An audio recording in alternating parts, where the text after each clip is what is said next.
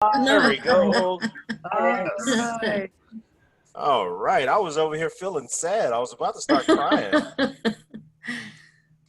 Um, I know I appreciate everybody joining us tonight. We had a kind of change in our schedule. We were able to switch topics this week, and then you guys also tuning in on a holiday week, and I really appreciate you joining us tonight. This is a testament to your commitment to learning, and hopefully it's a little bit of us being of value to you.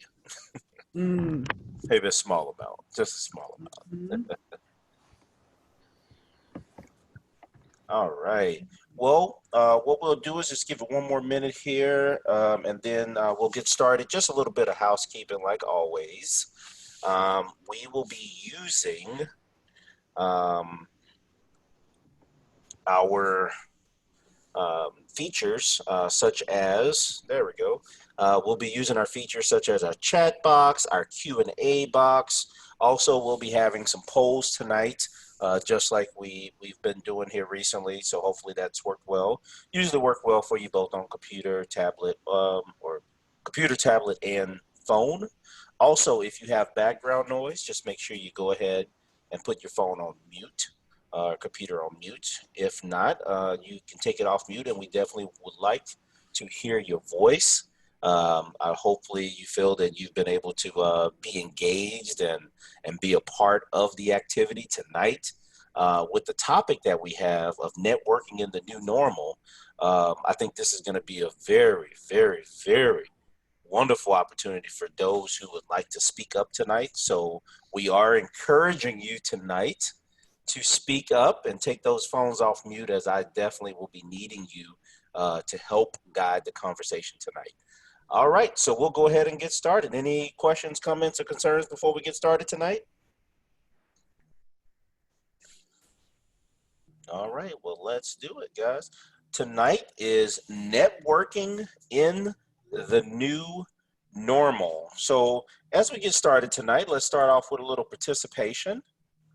What percent of professionals consider networking essential to career success? What are your thoughts there?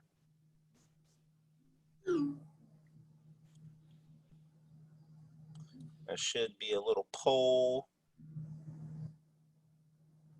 opening up. I feel bad. Some of you guys are cheating. You saw my screen too soon tonight. All right, 65% is coming up in second place. 95 is making a comeback. All right, so we got 46% of you said 85%, and pretty much a tie for second and third with 65% and 95% coming in second and third. So the answer is 85%. 85%. So the reason that we have tonight's topic is for two reasons. One, networking is essential. Networking is important. It is vital to our success. It is not the only thing for our success, but it does have value, and it also is changing. And we want to talk about just networking changing in general, but also a little bit of twist about how COVID-19 is impacting the world of networking. All right. So let's talk about COVID-19, and I want to hear your voices out there. You can use the raise the hand feature if you like, but talk to me about what do you think is the uniqueness around some of the COVID-19 as it pertains to your ability to network right now? Pros, cons, good, bad, ugly.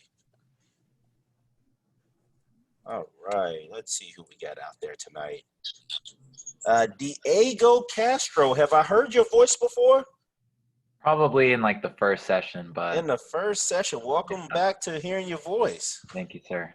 All right. So, so what I think is unique is, well, Well, it's not really unique, but I think it's necessary that we've had to rely on technology a little bit more. You know, I think it is unique to this specific situation because we're being prevented from being able to see each other face to face. You know, so I think we've had to rely on other means such as, you know, Zoom, for example, to communicate with one another a little bit more. True, and it's it's interesting. We're going to talk about here in the next few slides about just that little twist on the technology side of things, and how it's become extremely valuable to our ability to network. Anybody else there want to raise their hand and give their thoughts on the uniqueness of COVID-19 and the world of networking? Alexandria. Hi. I also agree with what he said before, is that technology allows us to get used to how to, function things when somebody's not there, right, with you. So it's great practice, just for in the future, if you meet somebody and you're in a workplace where you might have to Zoom call because y'all are not all in the same area. I really just think it helps with that a lot, technology-wise. Absolutely. And Alexandria, what university are you from? I'm Columbus State University, and I'm a junior. Columbus State. Yes. All right. So let's do just a little lesson, if you allow me. Are you open to allow me to use you as a lesson tonight? Yes. Okay, I'm not going to embarrass you too much. Okay. So we're talking about networking, guys, right? And we're talking about networking from a Zoom perspective, a technology perspective, and then also a few weeks back, you guys know we talked about personal branding, right? So tonight I want to link a little bit of those two together. So when I call your name tonight, for instance, I say Alexandria. Her name is Alexandria White. And when I say Alexandria, share your thoughts.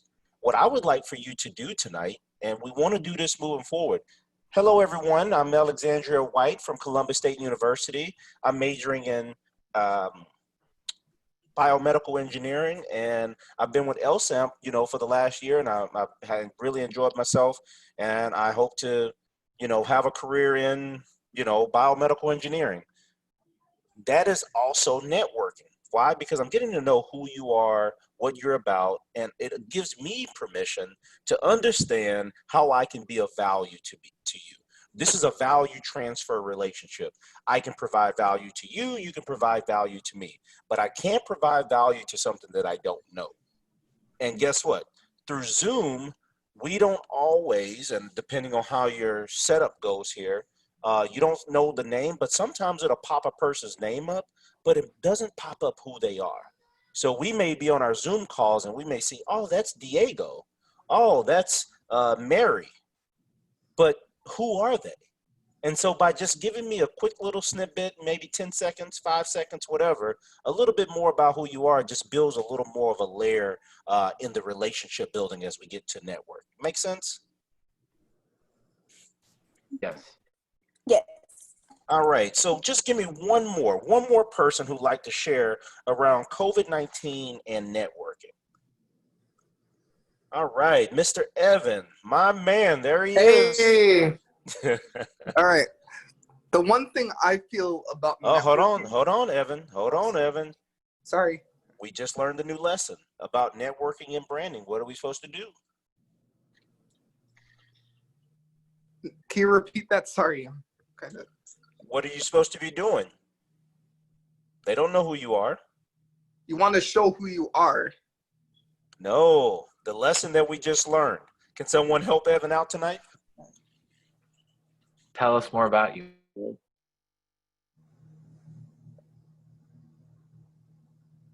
You have to introduce yourself.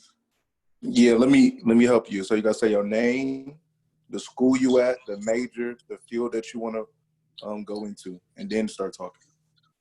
Give them an example. So like, for example, my name is Nigel Obona. I go to UW in Milwaukee. My degree is IST, which is Information Science and Technology, and the major that I'm going into is Network Engineering. Awesome. Is there anybody on the line tonight? Raise your hand if you are in the network engineering, network technology space at all, or know someone that is? Use the raise your hand. So this is a live lesson. I'm not sure if you're able to see what I see, but there are people who are raising their hands because of that introduction and stating who you are. That wasn't a braggadocious statement. It wasn't an arrogant statement. It wasn't even longer than 10 seconds. But the importance of that few seconds allow for other people now to build that network, build that relationship with something that we were connected with. It was that literally that simple. And now there's a few people on the call tonight who can connect with you with information networking, networking technology, etc. So if you want to use the chat feature tonight, as we learn about networking, you can now place your name in the chat feature if you would like to be a part of a discussion with Nigel about networking technology. And now you guys are connected together tonight. This is the start of it. This is the importance of letting people know who you are. All right, Evan, here we go. Real quick, I'm sorry. Just to add, I cannot see who raises their hand. No, you can't. And I asked, I think it's Ethan and Jennifer, if they will type in the chat feature and you guys can stay connected through there. All right. Your go at it, Evan. So what do I think is most important? Not what do I think is most important, but what am I looking for to brand myself? No, just give us your full name. Oh, sorry. What university you attend, and what you're planning to do. My name is Evan Harper. I'm also in UWM, University of Wisconsin-Milwaukee. I'm planning on getting my bachelor's degree in biological sciences, and I'm a junior. Okay, and share your feedback with technology or coronavirus and kind of the impact it's having on networking. Well, I haven't been looking for jobs as of now, due to family concerns. But I feel for networking, you also have to. There's a lot of work to be put in the Zoom meeting because even though it's at home, you also have to maintain a sense of professionalism. I'm sorry if I'm just rambling, but No, that's true. As it pertains to networking, I think what you're saying is networking has changed more to the technology space. And because of that, you want to ensure that you don't get too casual and make sure you stay professional in those settings. Does that sum it up correctly, Evan? yes. All right. Thank you for that. And really great point. All right. So networking in the new normal. Networking in the new normal means two things for us tonight, guys. It means that where is networking trending? What are some of the new ways that we can take advantage of this space of networking? And then also the COVID-19 kind of situation is twisting things up a bit and making us do some things that we normally wouldn't teach, but now become super important. So as we talk about networking, so this is the way that we used to network. We were people talking to people. And we talked to our classmates, our teachers, our managers, our community, our mentors, organizations, etc. And I have been teaching students to go from computer networking with each other, texting with each other, to the more personal touch because we had gone so far away from the human interaction. Now, due to COVID-19, I'm asking us to get back into this space. So now we actually have to stay in this computer, cell phone, tablet networking space. It's very unique now where I was wanting you to not lose sight of the importance of this. And now I'm telling you, you have to be a master of this in a very unique way. So it's not just playing around, but it's truly leveraging the technology, the online apps and the online social media platforms and the Zoom calls and the Skype calls and all of these features, the chat features that come with certain things like Microsoft Teams and things like that. I really want us to now maximize that for our advantage. So, can anyone talk to me about how they're using some technology right now to network with your classmates? And you can use your raise your hand feature if you like to share, and maybe there could be a lesson of how someone else could can learn. Talk to me, Nigel. So what I saw was on the all the universities are a little bit different, but as far as UW, some of the classes, especially with classes like ours that are more like interactive, like like with coding or configuring or doing things that we have to physically do instead of just being a part of like a little lecture or something like that. We were using this program called Blackboard, so it also has like a whiteboard, and I think you could also do it here in Zoom too, where you can like branch off, let's say like a group of like 60 into like teams of like 5 or XYZ, and they can work independently, and you can bring them back into a classroom and things like that. So they got I've seen some things work like that. So you guys are using something called Blackboard. Correct. Yeah, put that in the chat feature just for somebody that may want to reference. They may want to reference that later. So for someone that may say, well, Brian, I'm an intern and I have a manager. For either an intern or maybe one of our professionals on the line tonight, can you talk about how technology is being used for you to network with your managers and stay connected with them? And you can use your raise your hand feature if you're a professional, any of our advisors or anything, along with any students that may be interns that have to stay connected with the manager over the summer.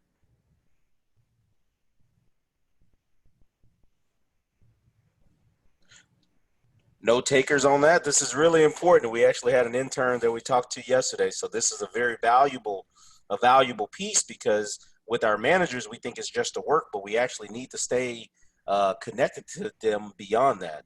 Any professionals on the line tonight want to speak up?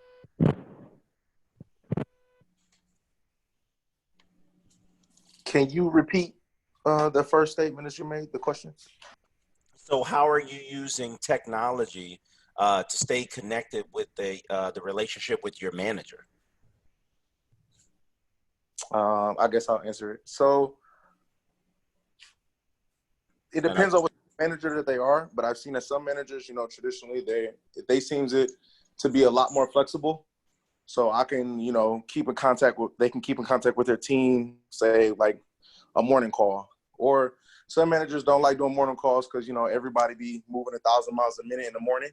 So you'll have some managers will have team meetings or XYZ, just do little checkups or have little chats about things that go on during the workday, or, their email not working, or this not working, or this alert came through, or, things of that nature. So, it keeps it more, and it keeps a log of it too.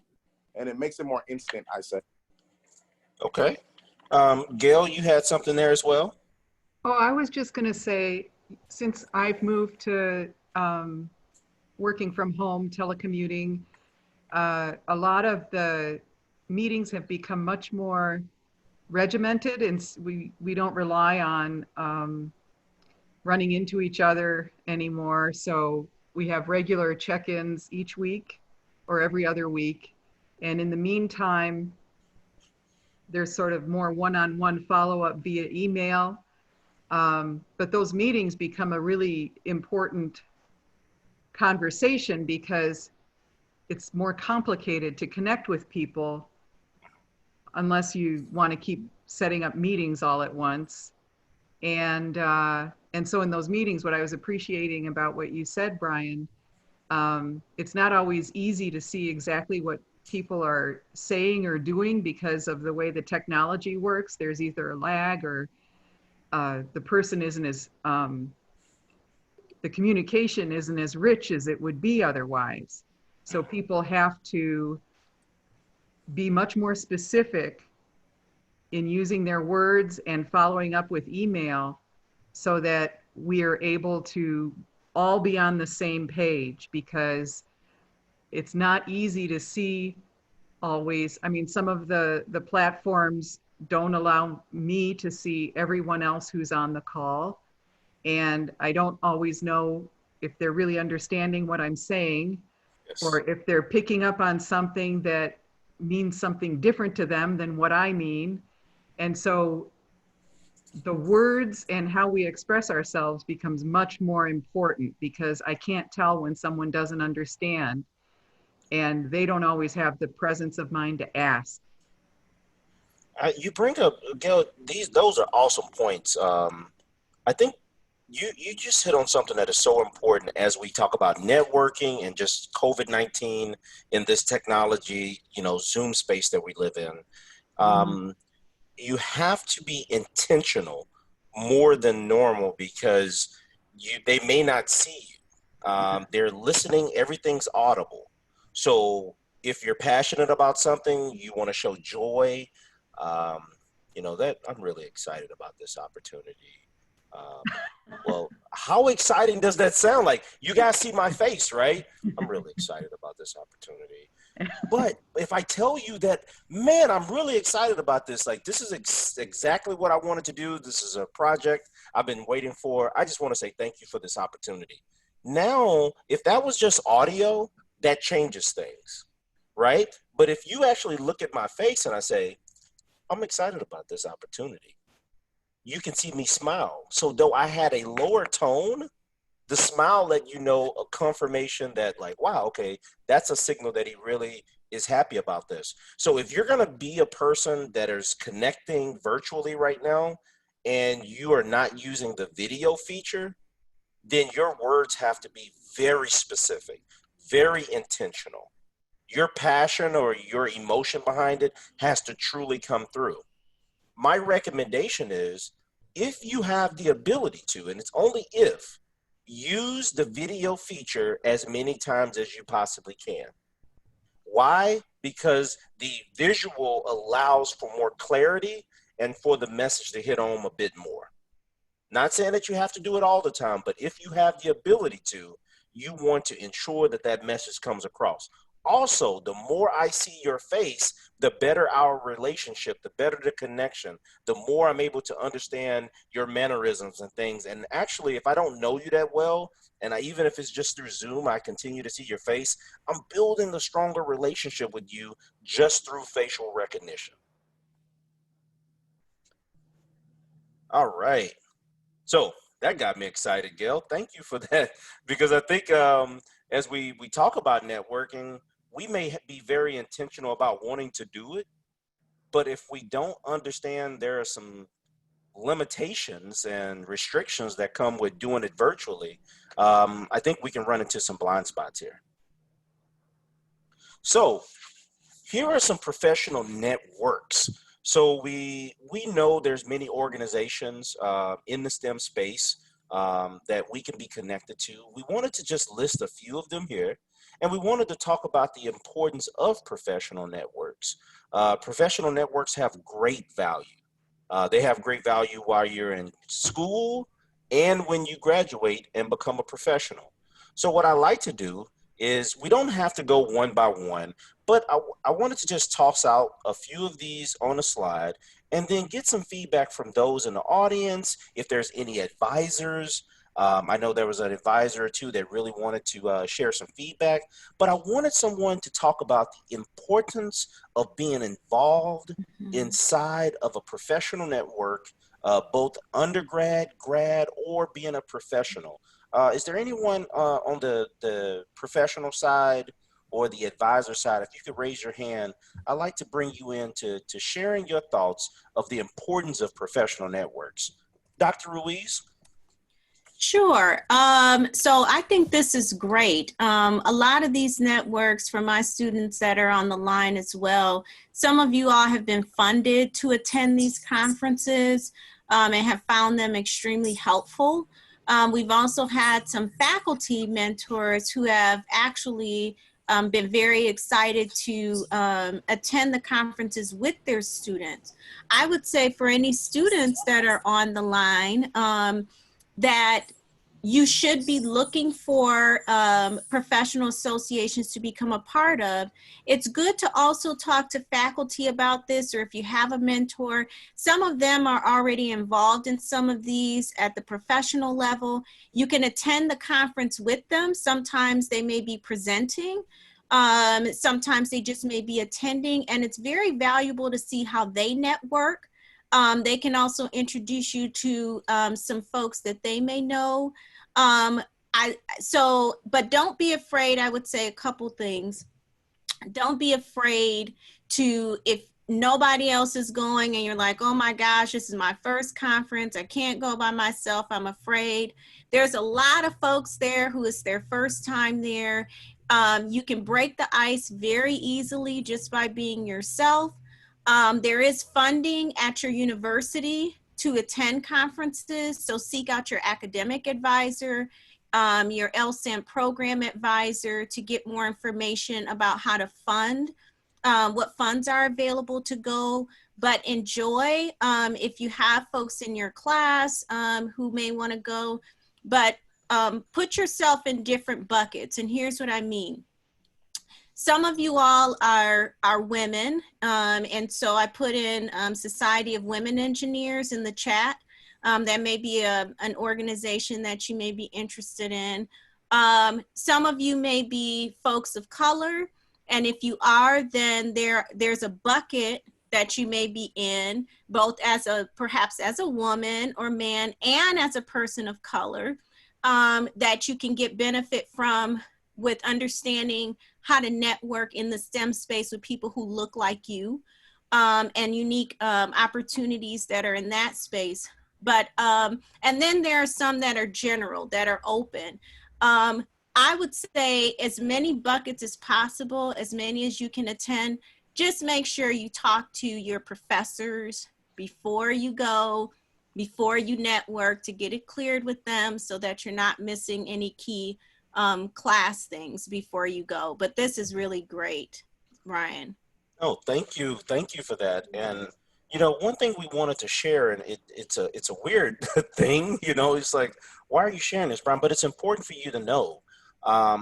Many of these organizations, though they have a specific demographic of people that they are serving and was the basis of their creation, you will be shocked that in many of these organizations, they actually want and welcome the involvement of people that are outside of that, I guess, core group. So you may have someone that's not of the Latina community inside of a Latina organization. And the reason being is that these organizations, though they are designed for the advancement and the development of a certain particular group, they also understand that outside influence and diversity in general matters, and other people's perspectives matters. And they also want to be a valuable resource to the advancement of STEM in general. So I didn't know if students, if you knew that, but I thought it was very important that I shared that with you tonight. Now, with that being said, is there a student that would like to raise their hand and share their thoughts? If you've had a success story of being a part of a professional network, either someone in their undergrad, in their grad school, internships, research, anything like that, has a professional organization been of value to you? And if you can just share that experience, because you may be able to encourage someone else tonight to take advantage of a professional network. And you can just use the raise your hand feature if there's a student who has that experience to share. Or I guess I would ask, oh, Jennifer. Okay. Jennifer, you'd like to share tonight? Oh, you have to take it off mute. Can you hear me now? Hey, Jennifer. Hey, so I'm a part of ACES, the American Indian Science and Engineering Society. And Awesome. yeah. So I went, their conference was in Milwaukee, Wisconsin, which is where I live this past year. So I got to go and I got to present an app that I built at the conference, and it was one of the most amazing experiences I've ever had. And I met so many great people, and it was awesome.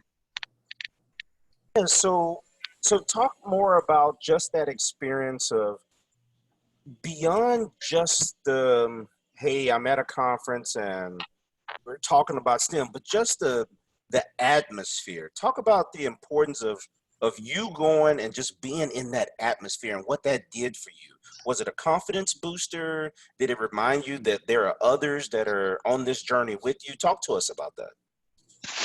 It was a great atmosphere and a great confidence booster. It also helped me connect with all different kinds of people. There were a lot of people who came to hear my presentation, and they gave me their advice on how I could improve my app. And they told me how much they liked it too, because I wasn't sure what people would think about it. It was my first time showing it off at Awesome. or showing it out to the community. So that was really amazing. And people who heard my talk introduced me to people who were outside, and I got to network with people who I met, through the conference. So Jennifer, in your opinion, do you feel that a professional networking organization or professional organizations like these and conferences that they have are an amazing networking tool for your academic and professional career? Yes, I think they're crucial to your career. I actually got the position I'm about to start on July 13th.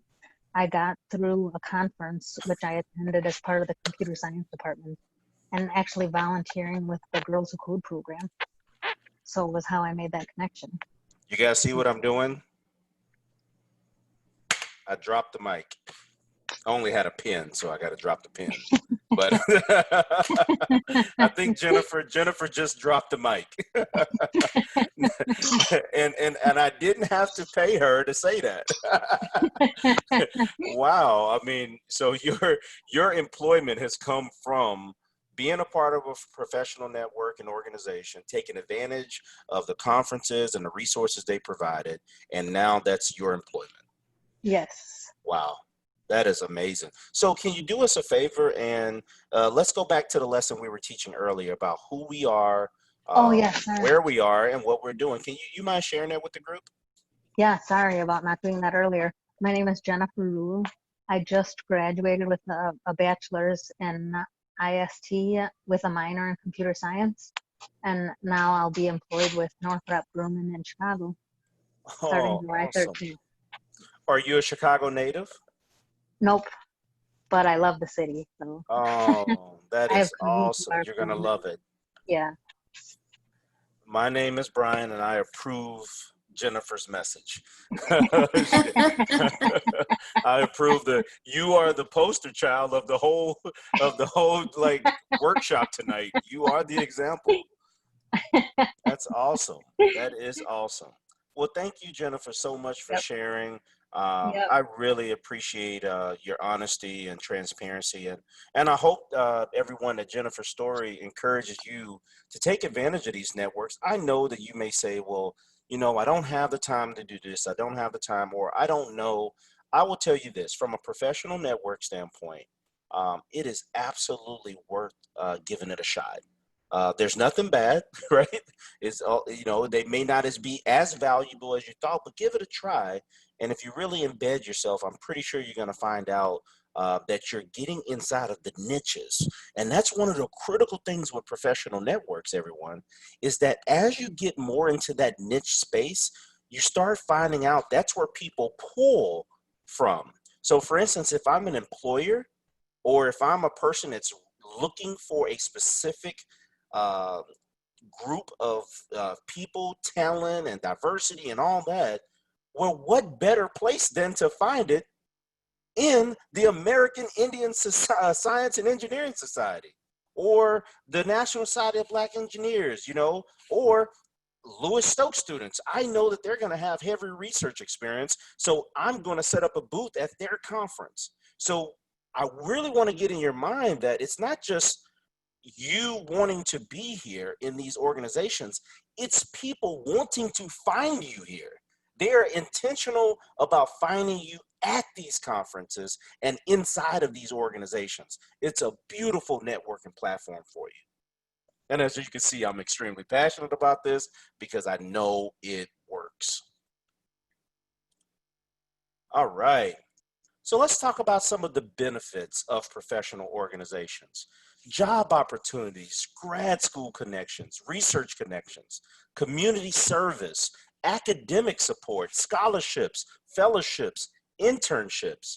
So use the raise your hand feature if you would like to highlight how one of these has been beneficial to you, or if I'm leaving something off of the list of benefits of professional organizations. And this is for students and our professionals on the line tonight as well. And just use the raise the hand feature if you like. If you'd like to add to the list of what you're seeing, or if anything on this list you have personal experience with. Dr. Culver, am I saying that correctly, Dr. Culver? Is it Culver or Culver? It's Coover. Culver. The 2-O gives it a cool. Yeah. All right. Well, I was just thinking of an experience. Hold on, Dr. Culver. Oh, my name. Yep. Thank you. My name's Gail Coover. I have a PhD in communication, and I am at the University of Wisconsin-Madison, where I'm the director for our Wisconsin-Lewis-Stokes Alliance for Minority Participation. And one of the students I worked with a number of years ago was an aeronautical engineering student. He wanted to be a pilot and was very diligent. He didn't have perfect grades, but he was a really good researcher. And so when he got into research, he spent almost an entire summer developing a machine and getting it to work so that they could do an experiment. And at the end of the summer, his advisor told him he should go to a professional conference. And I don't know which one, but it could have been like, the American Association of Aeronautical Engineers or something like that. And he felt really insecure about going because he didn't have data to present. All he had a poster to talk about was their machine and what it could do and how they got it to work. He really felt unsure about it. Mm-hmm. And so we talked about how valuable it was to be able to talk about that sort of thing, especially at a conference where you haven't even done something yet. So you're in the very early stages of a research project that's doing something very new. You had to build a machine to do it. So he went, and he ended up having like this amazing experience where tons of people were coming up and talking to him. And most of them were very senior faculty who were really interested in that machine and the fact that he knew how it got put together and how to fix it and what it was going to do and what their study was going to be about. He, got contacted about, being able to follow up on if he wanted to do, graduate school at different places.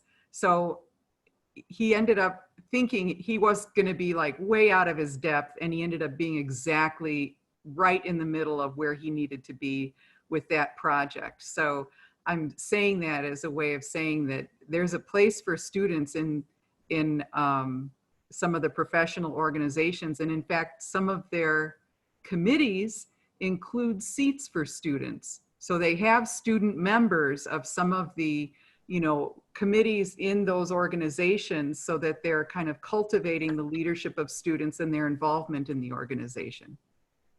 Oh, that is an awesome story, and thank you for that.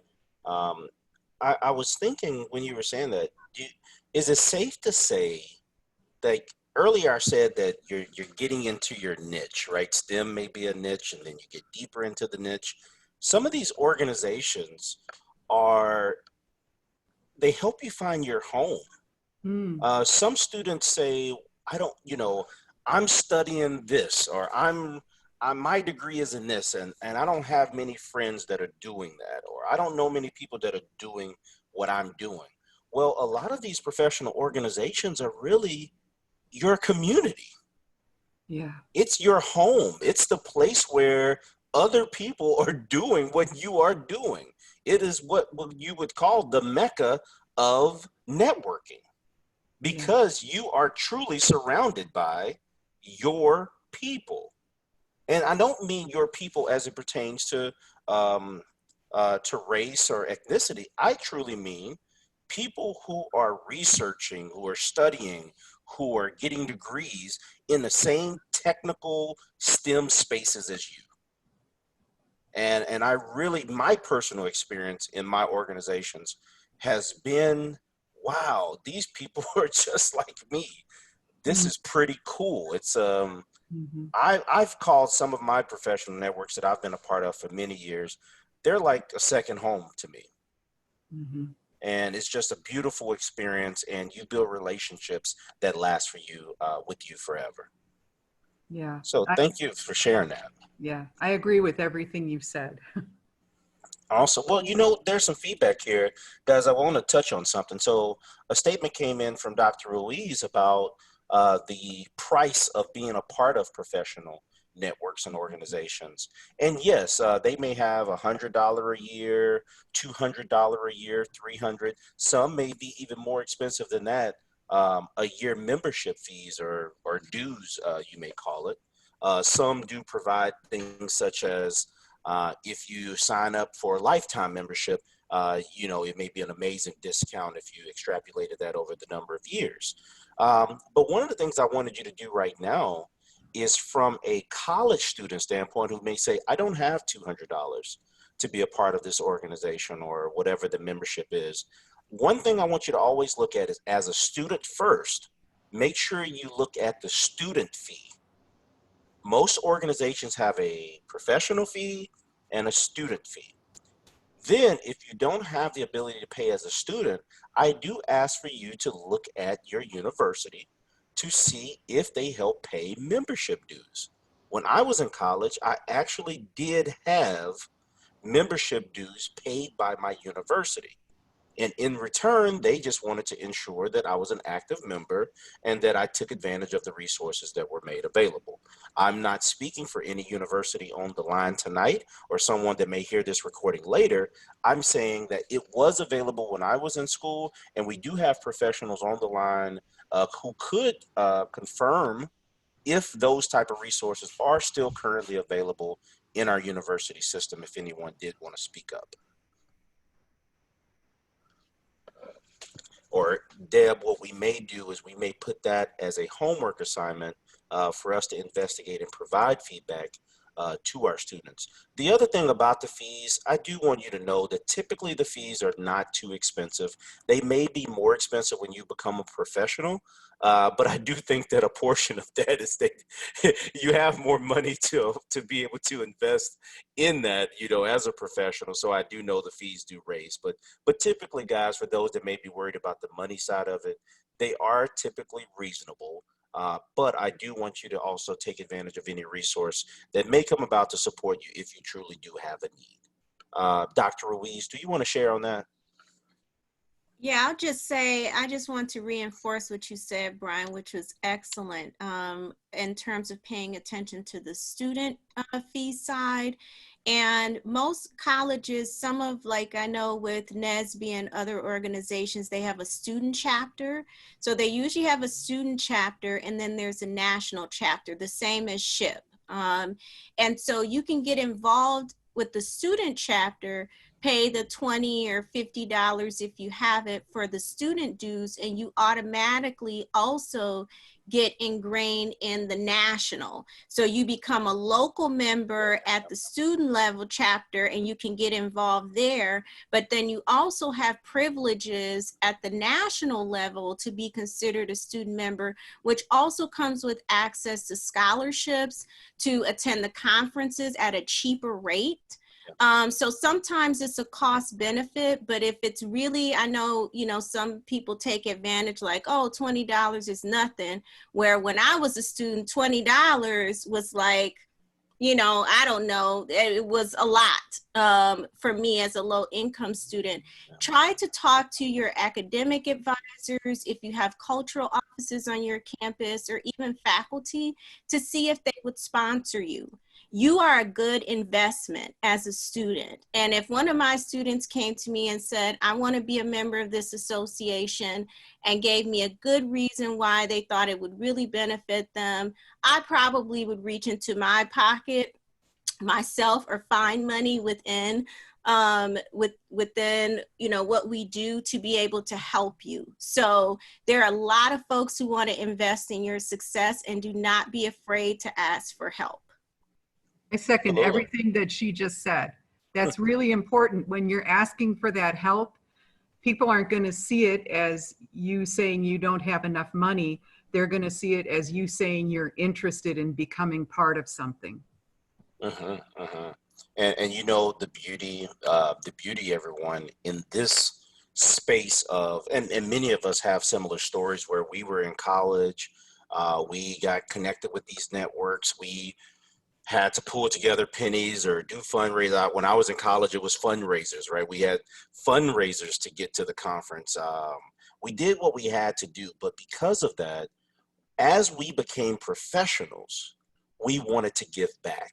We wanted to get more involved. We wanted to show our appreciation, because there are some organizations that have put me in a position of great success in life. And so that's where networking turned into a true relationship. And that's really what we're trying to progress to, where it goes beyond just saying, hey, I'm networking with someone. No, we really want to get to the point where you have a relationship with that person. And with these organizations, though some are big and small, you're really starting to build a relationship with a group of people that is going to carry throughout your life.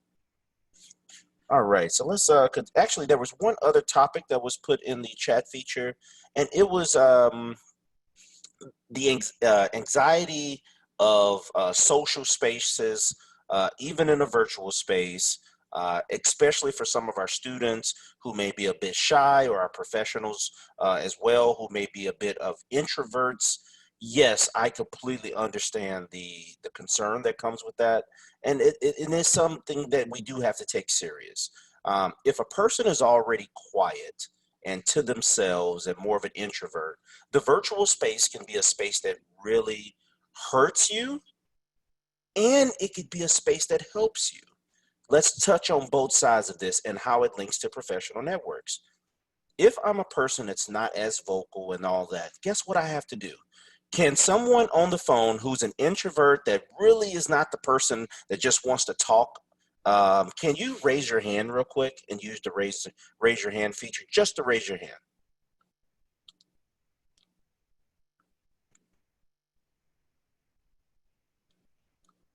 All right.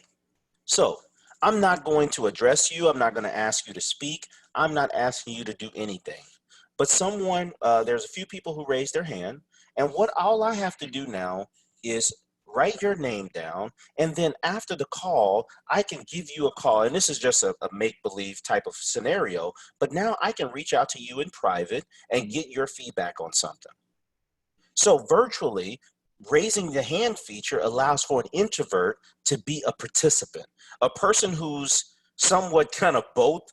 You guys see the extroverted side of me every week, but I'm a bit introvert in some areas, and my wife won't say that, but it's neither here or there. But I like to, be to myself at many times as well. But what I know is that I'm willing to just speak up. So if I said tonight, hey, everyone, please speak up if you'd like to answer this question. The extroverts are going to speak up and speak over people if need be. The introverts will say nothing. But virtually, an introvert has a chance to come to the forefront of a conversation by just raising their hand. So for those of you who may be introverts and you're in conversations where they are using the raise the hand feature, please do that. That is your ability to not have to overspeak people, but to get your point across and to get to the front of the line. You may use the Q&A feature. You may use the chat feature. So now you're communicating with me, but you're not having to be very vocal.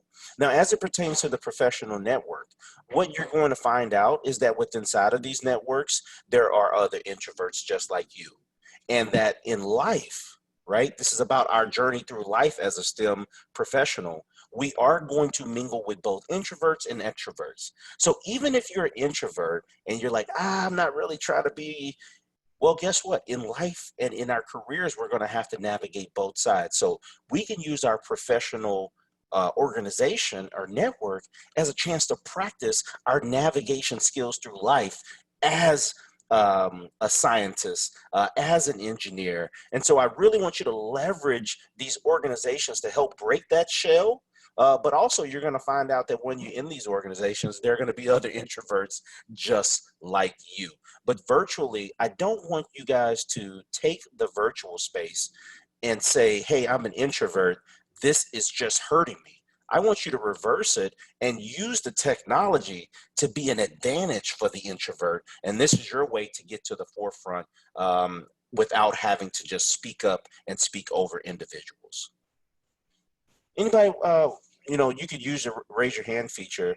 Anybody want to share their thoughts on that?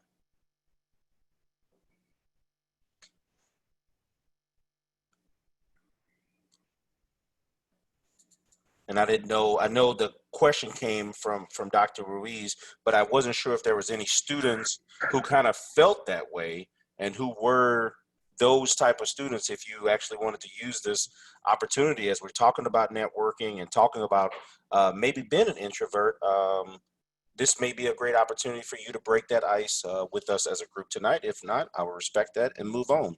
Your thoughts?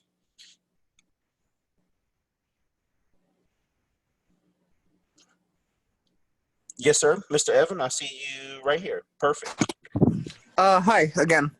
But normally I'm an introvert, but I do feel a bit better doing the virtual meetings, mainly because people don't see your face and stuff. Okay. And which so that's make me feel a bit more comfortable. Okay.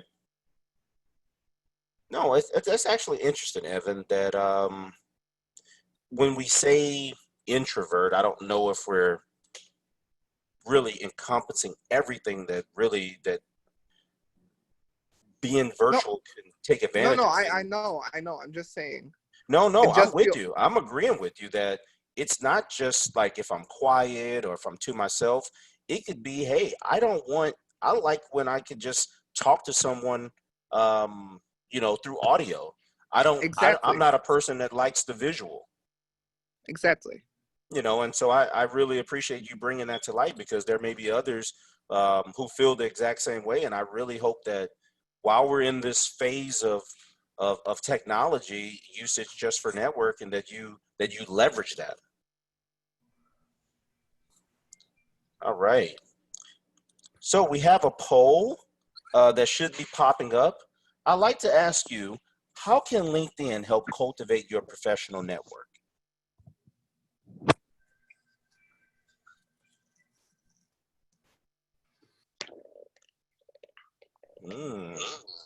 All right. Looks like career opportunities is definitely leading the way here.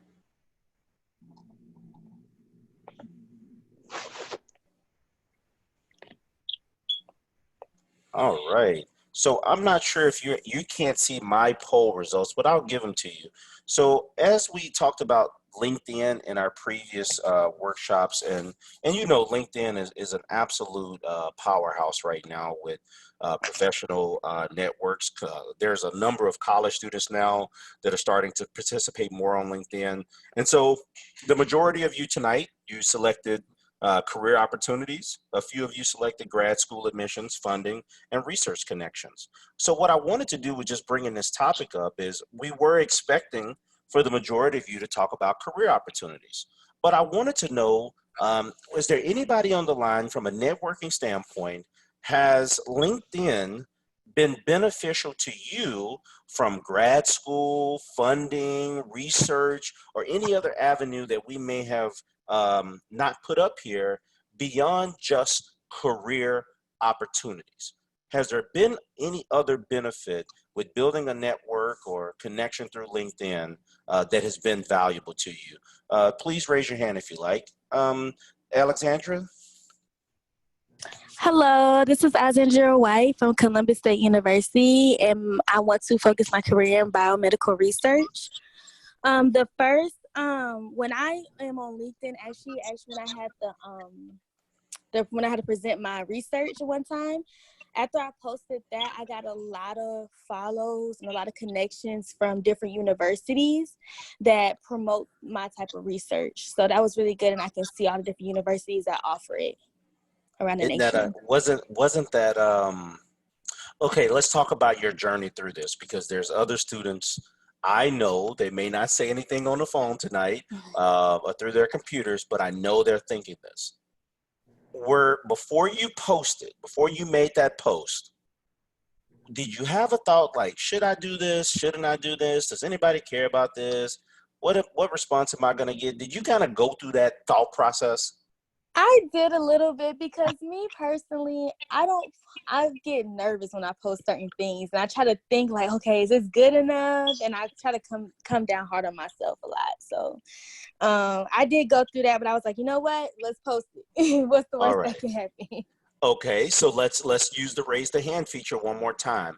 Are there any students that have thought about posting something on LinkedIn? I don't know. Who cares? Will somebody actually read this? Raise your hand if you've kind of just gone through that range of thoughts about maybe putting something on LinkedIn. All right, we got some hands being raised. That's awesome. So now, Alexandra, take us through. You make the post, and all of a sudden you see, wow, people have engaged with this, and universities are saying, hey, let's connect. We may be doing research in that area, and now you're building a professional network by you being vulnerable and being transparent about what it was you were doing. Talk us about that feeling. It felt really good to know that, wow, like ever since I posted this, I'm seeing different opportunities pop up. May not be like a job offer, but it's still letting me know, it's keeping me, like, I guess it's helping me narrow down some universities that like showed their interest or are promoting my exact type of research that I want to do. So that was really helpful into finding a permanent grad school when I graduate undergrad. Awesome, awesome. Are there any other students out there? Oh, Noella? You have to take your phone off mute.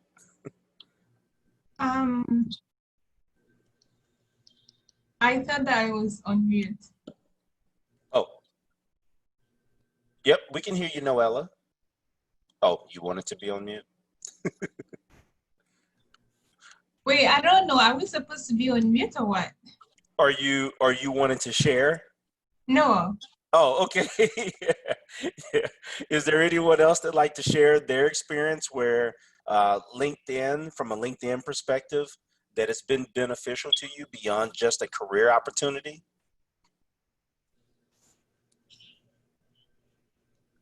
Now, just by a quick show of hands, because we're talking about LinkedIn and networking, and I'll share with the rest of the group, how many of you do not have a LinkedIn profile or are not engaged with LinkedIn at least once a week?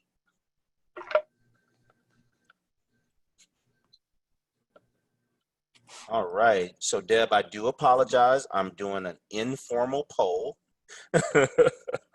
But we do have students that do not either have a profile or they do not engage at least once a week. And I'm pretty sure if I said, some different questions there, we'll get even more. So I appreciate you guys' transparency, and I'm asking of you, take advantage of LinkedIn.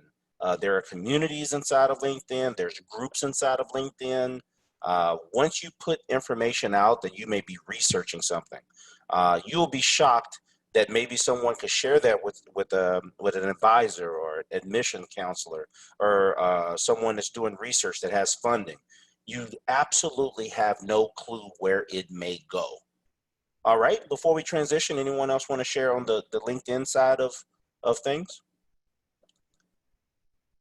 I see Koami with your hand raised. I wasn't sure if that was from the previous question.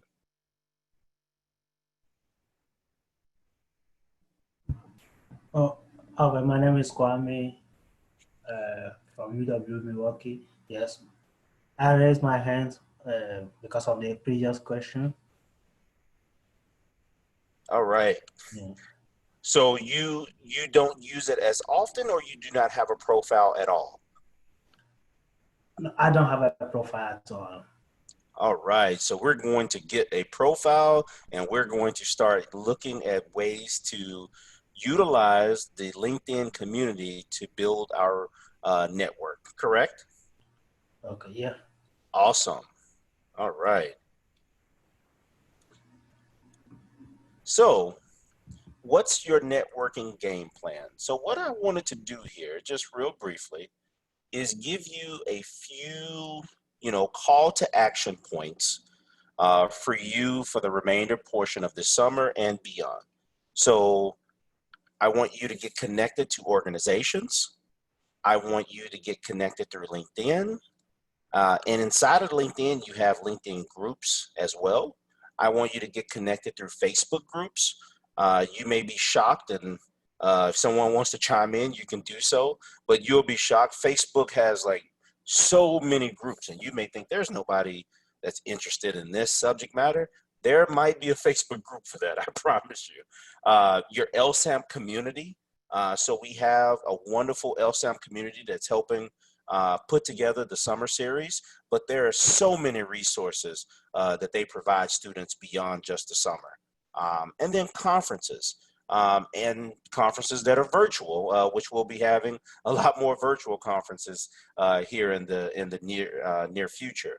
And I want to make sure that these categories, that this summer, that you say, regardless of where you are right now, that by the end of the summer, I'm going to do better in these spaces as it pertains to building my professional network.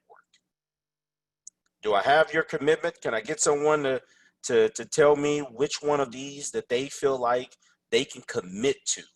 I want to hear you give your commitment for the remainder of the summer to one of these categories or multiple categories. Do I have a brave soul tonight? You can use the raise your hand feature if you like.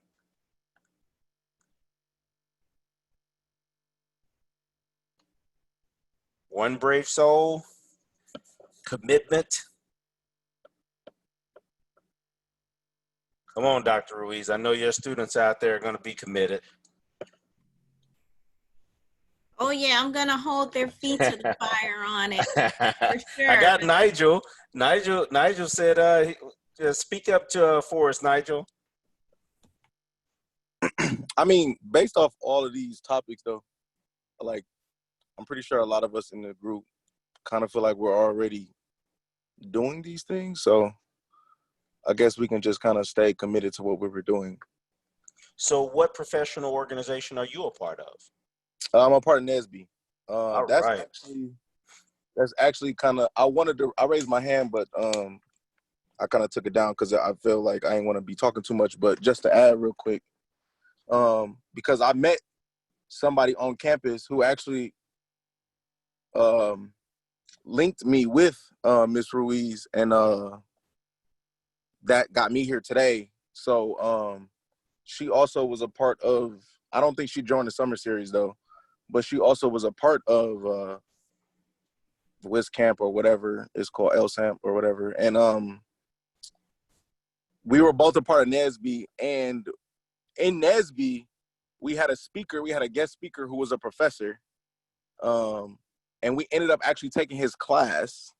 It was an IT coding class. And on top of that, based off that class, he actually linked her with the internship. And her internship, like she just was in the internship. I actually talk to her like every week. And she's loving it because she's like on the DevOps side. And it was kind of hard for her to find the internship that way. So like based off of NSB, just off that one NSB meeting where he came in and he did a whole presentation, and then we took his class. They got linked right up like that. So, wow. Now, did you know? So you see that success story, and that's building more of your confidence to take advantage of the resource. Did you know how valuable it was to you beyond college? what being a part of NSBE? Yeah. Do you know how powerful that is beyond college? I mean, the only way I would know how powerful that is beyond college is based on the fact of the network of actually being a NSBE alum, and then getting all those people and seeing where they work and seeing all the different type of things, because a lot of things are still word of mouth. So based off of that point of view. Right. And that's really one of the key points I wanted to make for you guys tonight with these organizations is some of you may be part of organizations and you're seeing collegiate benefits, but I really want you to ensure that you stay ingrained in these organizations as a professional, because that's where you're going to see it really become beneficial. And you say, well, man, I'm getting busy and all that. And that's why I really challenge people.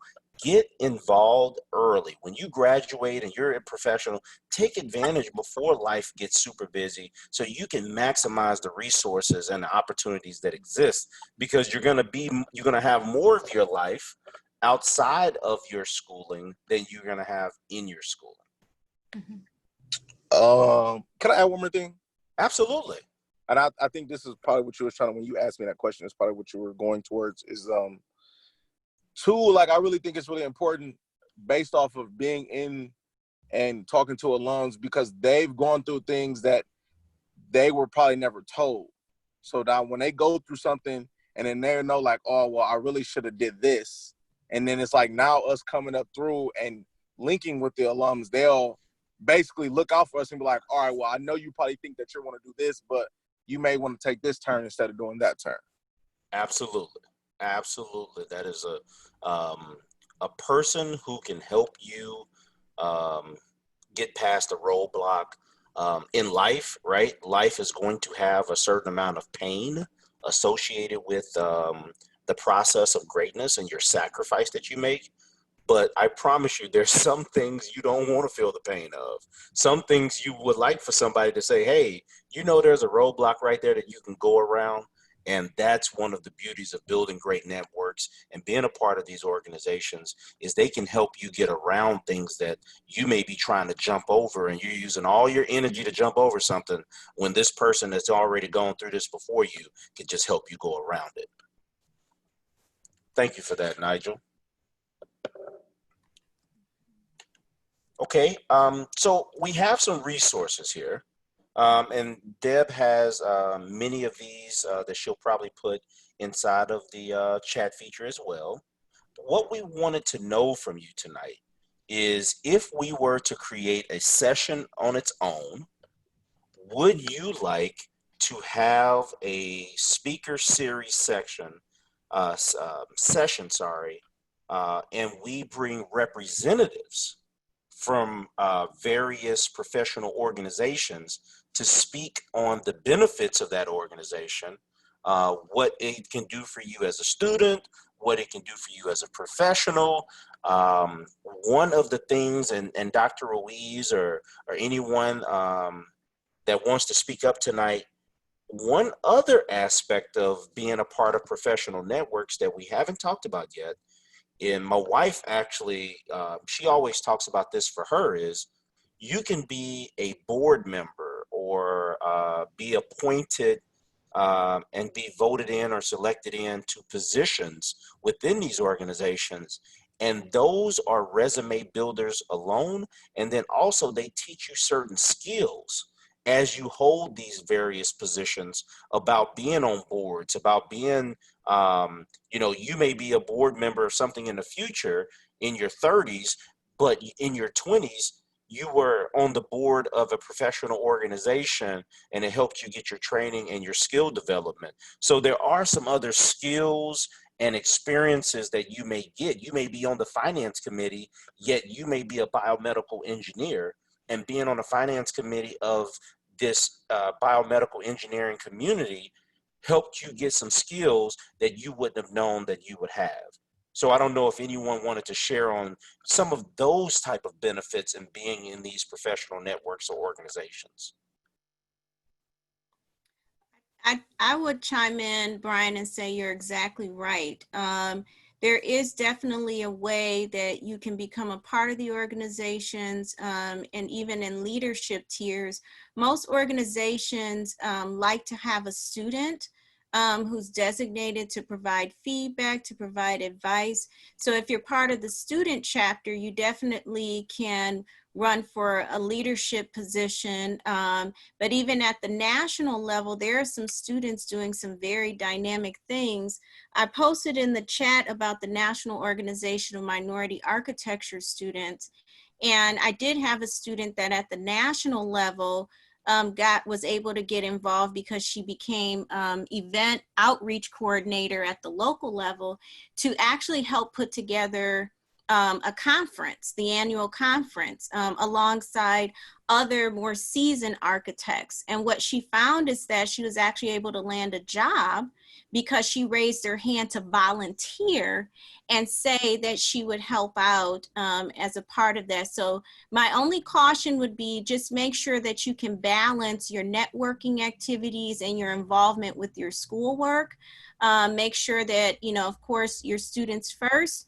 So make sure that you are, you know, staying on top of your studies. But if you can balance that with extracurriculars, definitely. And that's a wonderful way to learn more about the inside of the organization and move up the leadership ranks. Absolutely. Thank you. Hi. All right. I had a question. So I'm hearing about these organizations, but I don't know, I've never been in one, so I don't know what it's like. Obviously, I'm in this organization now, but I don't know what that means after the summer. Okay.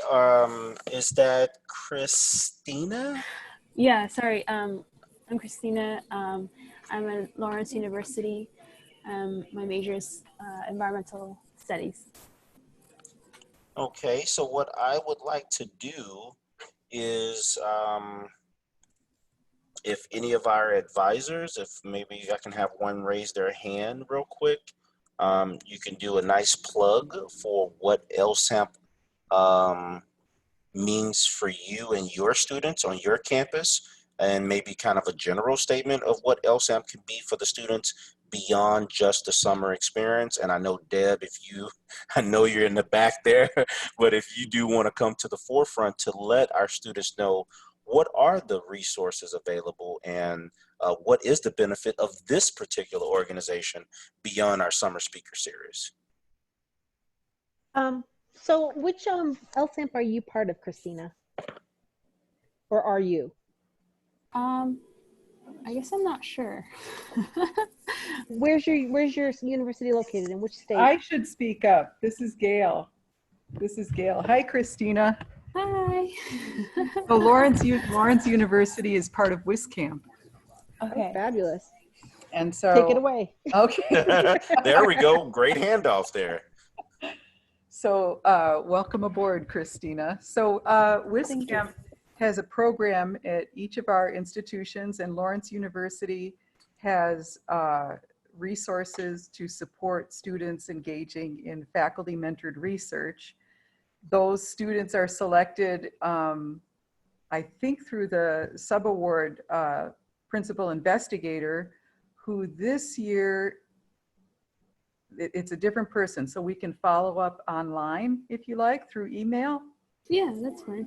And the thing that I'll say is our alliance is very broad, and then and so people can end up being very scattered, and you have the sense that it's a very small experience. So just before everybody had to stay at home, we had our annual meeting in Madison, and there were, you know, at least 100, more than 100 people there from all over the state. I don't know if you got to go to that. However, as far as I am concerned, as the director for the program, anytime you're engaging in activities that are related to our LSAMP project, we consider you a WISCAMP student. And that has a lot of opportunities attached to it, including access to some of the support that we've been talking about tonight with respect to travel to conferences. We have resources set aside to support students in exploring international research experiences. How that's going to play out under our new circumstances in terms of travel is yet to be determined. However, there's a whole nation of projects like WisCamp, and this speaker series is an example of how we can use the unfortunate circumstances of the COVID-19 crisis to develop greater connection across our projects. And so now here we are connected directly to each other, and you can start thinking about yourself as an LSAMP student who's not just part of a small program at Lawrence University, but part of a national program that is committed to broadening the diversity and advancement of our STEM workforce. Wow. I'll stop there. No, I'm feeling like this is really nice. Christine, I guess we just do you know that you're official now? Yeah, this is awesome. Thank you. And the beauty of your network that you're a part of now is the only payment that you have to make is hard work. That's it. I think all LSAMP wants you to do is be a good student and take advantage of the resources that are available. So that's pretty cool. There's no membership fee for this one. Awesome. Awesome. Dr. Coover, thank you so much for welcoming Christina into that family and letting her know the place that she has and how big the family is, despite how small it may seem sometimes. I think that's important, Dr. Coover, that some students may be at their particular university, a small number, but when they understand the alliance they're a part of, or they may understand the LSAMP community in general from a regional standpoint, a national standpoint, or you may hear of what Deb is doing with LSM RCE from a regional center of excellence, you realize that this is a much bigger family than you may know. So I really hope students take advantage and know that you are part of something special here in this professional network of LSAMP. And I just want to add one more thing, Brian, because I really liked how you addressed the issue of, feeling, how sometimes people can feel conspicuous or they don't want to be too extroverted. And all of this online networking is something that a person who feels more shy can use as a way to play to their strengths. And, definitely follow up with exploring these professional conferences, and which many of them will be having online conferences this year, including the LSMRCE organization, and use your LinkedIn profile as a way of starting to show up. If you do create a LinkedIn profile, I hope that we'll all get the link to it so we can start following you, and we can all just take it from there. Thank you very much, Brian. Oh, thank you. And so just a few key takeaways for tonight is online communication does have value. So you have to communicate online these days. You don't have a choice. Take advantage of that. I know networking, there's a lot of teachings about in-person networking and how to connect, when you're in the same space with each other. But we really have to take care of the value of online communication. Be the developer of your network. So you need to understand that your network is going to be something that you create, you cultivate, and that you manage and nurture throughout your years. Also, ensure a network is mutually beneficial. The more a person feels that there's value for them as well, I think that's the true strength of a strong network. And then organizations are beneficial beyond graduation. We really touched on that tonight, so I thank you for that. And then also here are just a few reflection questions. So throughout the summer, I know you're like, Brian, I'm not looking for a homework assignment. But in all seriousness, guys, we're doing the summer speaker series, and we always end with reflection questions because we truly want you to get a great experience from the summer of joining us every Wednesday night. But we want you to leave this summer's change. We want you to take these different sessions and say, did I truly try to answer these reflection questions and place action towards it? So what professional networks are you a member of? And what is your current involvement and how can that be enhanced? So even if you're already a member, what more can you do to take advantage of being a member of those groups? What professional organizations or STEM groups will you join this summer? And what are the benefits of these connections? So we're not asking you to just go randomly join all these organizations. We do want you to see what are they about, do a little research, ask some questions, and then join them and be a valuable member and also allow the organization to bring value to you. And then how consistent are you in communicating with your network? And if you're not consistent, please develop a cadence so you are consistent. It may be, hey, I want to engage with someone on LinkedIn at least once a month. Or, hey, I have these 3 people in my research community that I want to engage with at least once a week. If you're not a person that it's just part of who you are and what you do, then take advantage of actually building a schedule and building a cadence to stay engaged with people. All right. So with that being said, for anyone that wants to get connected, get engaged with me, you can do so here. Won't spend much time there. And then also just wanted to say thank you. We're on the second half of our summer speaker series for the summer. And I just want to say thank you for continuing to join us. Even now this week where we had an adjustment week, I really appreciate you continuing to chime in with us. So thank you to you and to all of our collaborators. And then also don't forget that we do have 4 more sessions. We're having another wonderful career pathways panel. We have research abstracts and posters workshop and presentation, along with funding graduate school and presenting your research. So we have some wonderful sessions to close out the summer.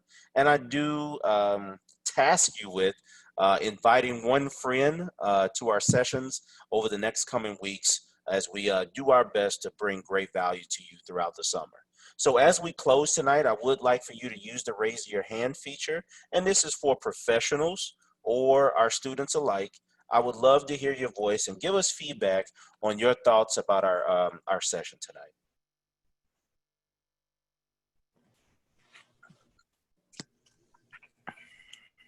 All right, Dr. Coover, I saw you raise your hand there. Oh, I don't know what you said to use it, but I didn't know what I was using it Oh, for. you just clicked your hand. I just follow instructions. Well, do you like to, from a faculty standpoint, if you just like to give any feedback or thoughts tonight on our session of networking and professional networks and the value to our students today and tomorrow? Oh, I thought this was all really useful, especially the very practical advice about how to use the networking communication platform and how to make corrections for what we might do in person, but doesn't translate well into the video conferencing setting. And also, I think that the resource list we've generated over this session with all of the different links to the professional organizations is really great. And I hope that I hope to see the students' profiles in LinkedIn too, and get to, maybe we'll all start to have an LSAMP group on LinkedIn. Awesome. Mr. Evan. Yes, sir. I really enjoyed the organizations that were provided to us, and not only the seminar, but in the chat there was a lot of helpful resources that can prove to be very useful. So I'm excited to check some of them out.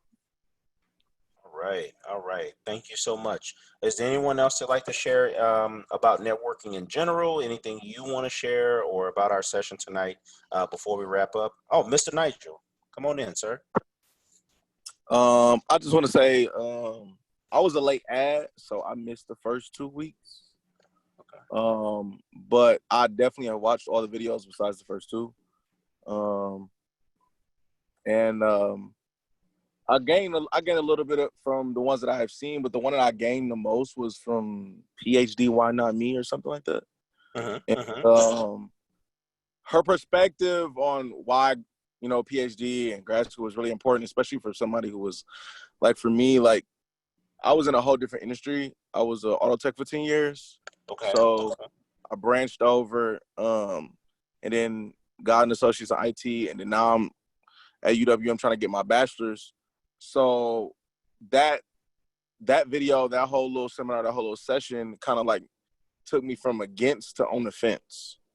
So like, I like that. I love that. So I really enjoyed that one because she had a lot of insight on like where most of those people go, and especially from the STEM portion of it. Because it's like, well, I'm in STEM, like, do I really need to go do XYZ? And then she elaborated on that, and then that was like really, really deep. So I appreciated that a lot. Absolutely. And we actually have another session here in the next few weeks where she'll be joining us again. And I think that we really broke down some walls. Our data showed us in our poll that we took before the session to post session that we did take some students from, what do you call it? From what to on the fence? Oh, I said from against to on the fence. We our data last week showed us that we had a number of students that took that same progression. So I really appreciate that feedback. All right, guys. Well, we really thank you guys so much for joining us. And I do challenge you, Nigel, because I have Dr. Ruiz on here. She was absolutely amazing, bringing wonderful energy to gear us up as we got our first 2 weeks kicked off with time management and de-stress and motivate. So I definitely want to make sure you go in and check out those first 2 weeks as well on the speaker series, because Dr. Ruiz did a wonderful job as we kind of just really wanted to get the kickstart to this summer. And I challenge students also to go back if you have listened, excuse me, to all of these. But if there was a topic or a thought or whatever the case may be, and you're like, man, let me just go back. I went back and listened to one myself this week. And so I really want you to take advantage of that resource. Deb has done a wonderful job of building the website. So it's there available for you. Please do take advantage of it. You guys have a wonderful holiday weekend. Stay safe. Enjoy time with your families. And I hope to see you next Wednesday night for another wonderful session. You guys